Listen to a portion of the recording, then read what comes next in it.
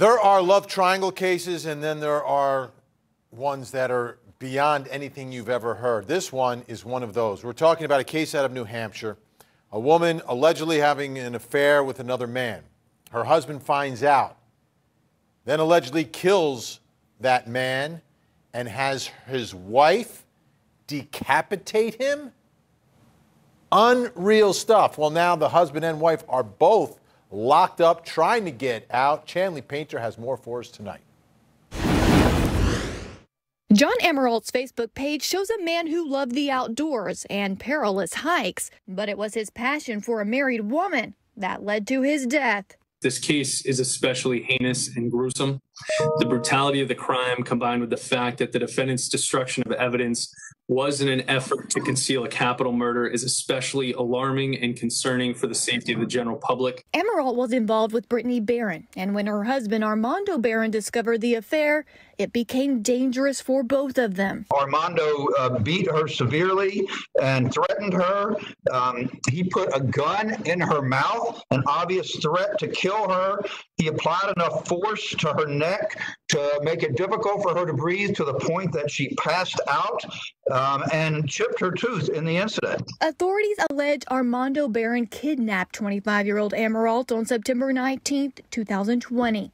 Brittany says her husband then forced her to slice her former lover's wrist while he was still alive. There was evidence that she used a knife from a machete to cut the victim's wrists or hands after he was kidnapped or forced into the car at gunpoint. Armando is accused of then shooting Emerald to death in a car in Rindge, New Hampshire. Brittany says her husband forced her to cut off her dead lover's head.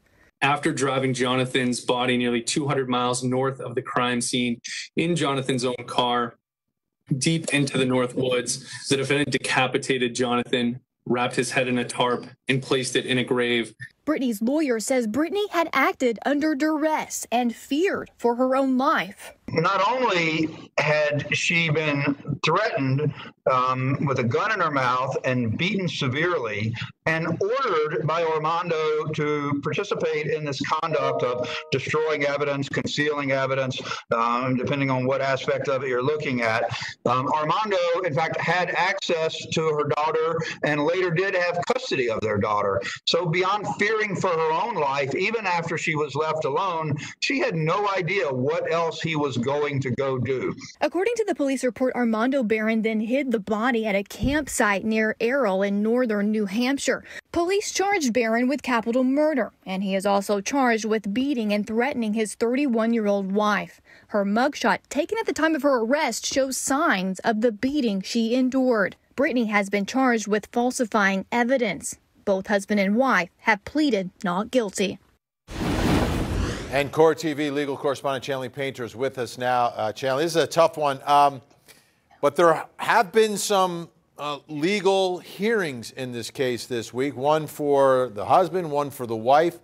Let's begin with the wife, Brittany Barron. What's the latest now in her case?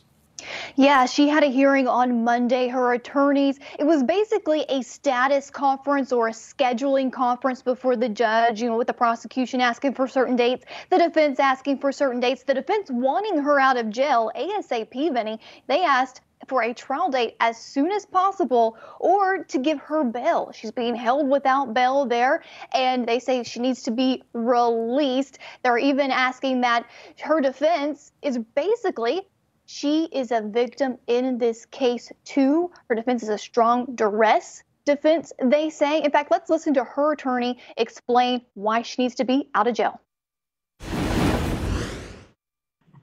My thoughts on timing, Your Honor, are, as I think you might expect, influenced greatly by the bail issue.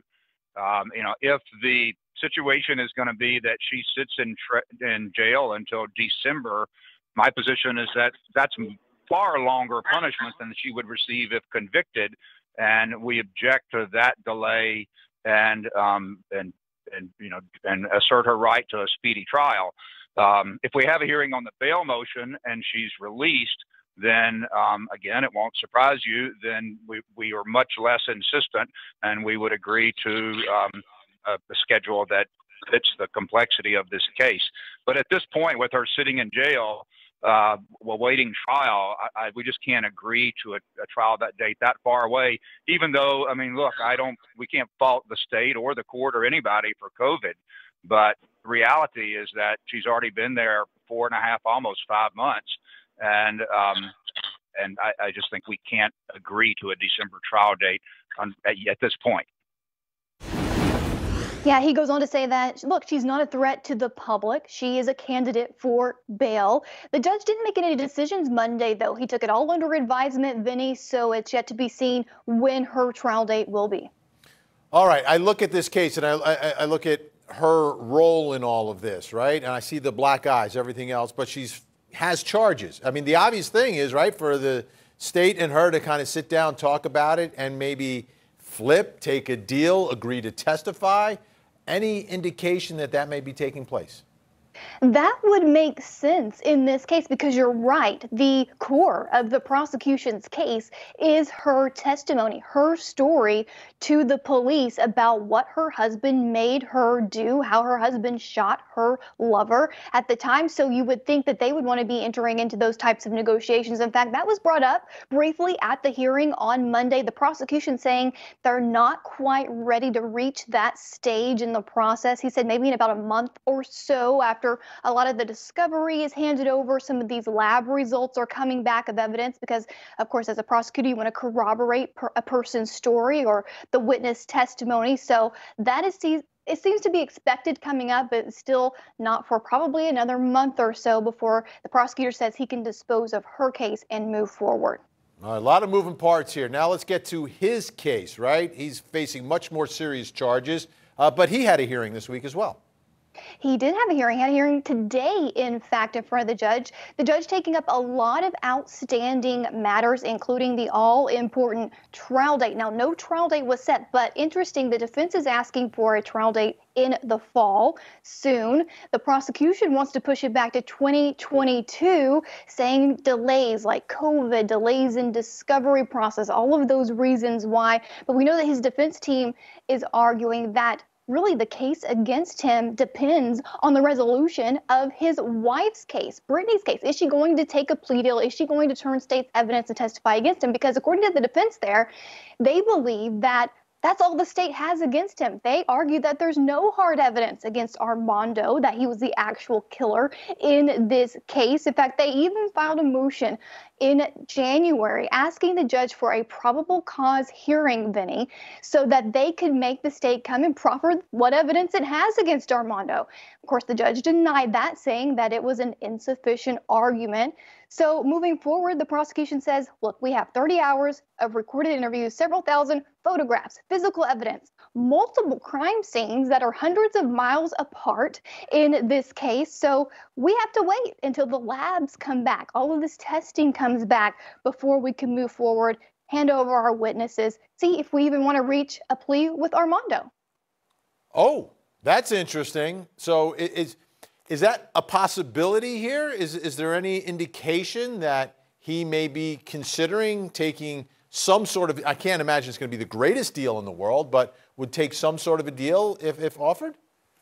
There's some strong evidence even without all the lab testing back against Armando. Of course, they filed capital murder charges against him, right? They had the probable cause to file that, according to the judge. The judge did bring up today, though, Vinny, are you guys going to talk about plea negotiations? The prosecution say, of course, they're open to that. They want to wait till a lot of these lab results return to see how strong their evidence is against him. So it could be maybe until May or so before they start negotiations for that. But they say, we don't even know if the defense is interested. So, of course, the judge turns to the defense and says, defense, are you open to this? Well, let's listen to the defense attorney. From the dispositional of Brittany Barron, the state had asked for about 30 days to make an offer there. Similar to the issue described by Attorney Agati, it was that they wanted to complete discovery. And so they thought that they would have the discovery. They also were talking about the labs and such within 30 days. Yeah, if they have an interest in finding out the truth, Yeah, we would be interested in them speaking and negotiating, sure. So the defense is willing to listen if the prosecution is open to the truth, Vinny, for this case. And as far as what's next, again, the judge taking today under advisement, no firm rulings on anything, no firm scheduling order yet, so no trial dates to report. But again, a lot of moving parts here. Interesting choice of words if the prosecution wants to know the truth. And obviously, I guess he's involved somehow, right? So is he going to point the finger at his wife, the one with the black eyes? This is taking an unexpected turn, to say the least. Chanley Painter, appreciate it so much. Thanks. Thanks, Vinny.